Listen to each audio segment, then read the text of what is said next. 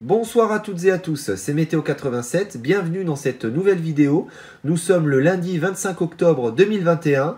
Alors, petit point météo assez rapide, totalement imprévu. Je n'avais pas prévu de faire de point aujourd'hui, mais par rapport à ce que je viens d'observer sur certains modèles, sur la situation de ce week-end, ça envoie du très très lourd. Donc j'étais obligé de vous faire un point météo là, maintenant, tout de suite. Voilà.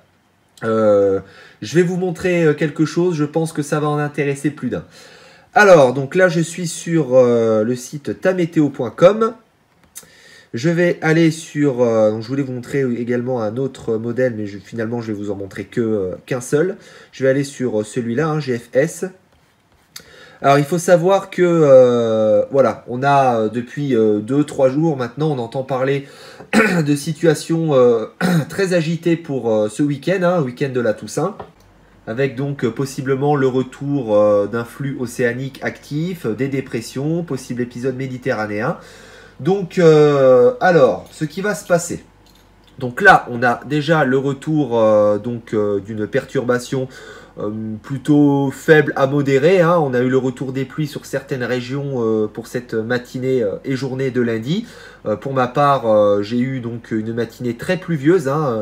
Voilà, j'étais au boulot, j'étais en extérieur.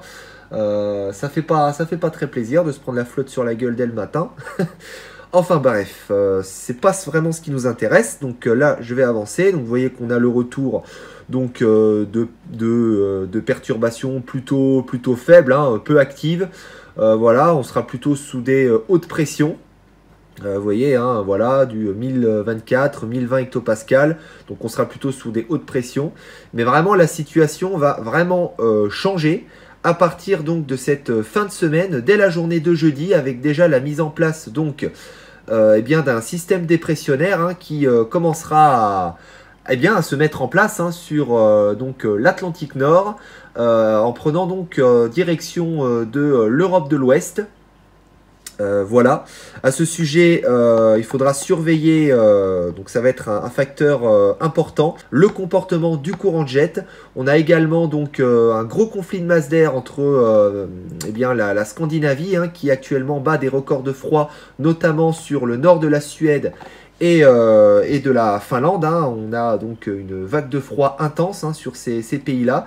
Et de l'air beaucoup plus doux qui se situe vers la péninsule ibérique et qui remonte jusqu'au niveau de notre pays.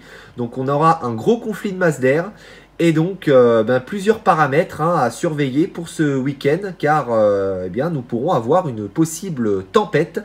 Le positionnement des dépressions restera encore à voir et à affiner. Les valeurs de vent également, mais situation vraiment très intéressante à suivre. Donc j'avance dans la chronologie. Alors là, nous sommes donc jeudi, fin de journée de jeudi. Nous avons déjà une première petite dépression qui viendra concerner a priori les îles britanniques. Une deuxième à l'arrière, qui suivra très rapidement. Possible coup de vent déjà entre les îles britanniques, le nord-ouest de la France, la Bretagne, côte de la Manche, une partie du nord-ouest. Donc situation classique en automne, en cette période de l'année. Voilà, ensuite nous avons une deuxième dépression pour la journée de samedi à surveiller, qui pourrait d'ailleurs occasionner un nouveau coup de vent sur les régions du sud-ouest, Nouvelle-Aquitaine, Occitanie, peut-être même épisode méditerranéen également à surveiller, le nord de l'Espagne, voilà, donc situation agitée. Et puis là, je voulais donc focaliser votre attention là-dessus, sur cette dépression qui pourrait se former donc pour la soirée et nuit de samedi à dimanche.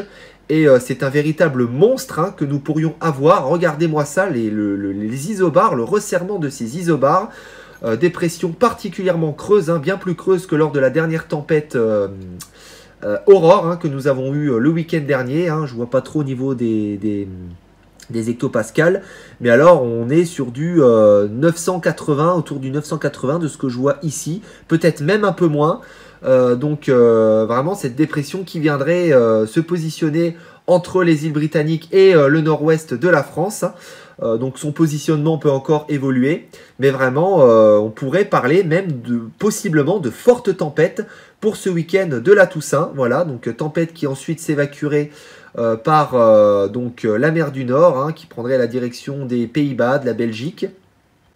Voilà, du Luxembourg hein, également. Et ce n'est pas terminé, nouvelle dépression possiblement pour la journée de lundi, peut-être dans la nuit dimanche à lundi, par rapport à la chronologie. Donc toujours cette situation très agitée sur l'Europe de l'Ouest. Donc on a vraiment un gros système dépressionnaire qui se mettra en place et plusieurs minimums dépressionnaires, des cœurs dépressionnaires hein, qui pourront se creuser très rapidement au sein de ce même système. Donc vraiment, situation très intéressante à suivre pour ces prochains jours, pour ce week-end et début de semaine prochaine. Voilà, donc ce qu'il faut retenir, situation très agitée, possible tempête, encore à localiser, voilà. Donc je reviendrai vous faire un point météo dans la semaine, un peu plus tard, hein, pour vous confirmer ou non cette situation. Sur ce, je vous souhaite à toutes et à tous une excellente soirée et on se retrouve très vite dans un nouveau point.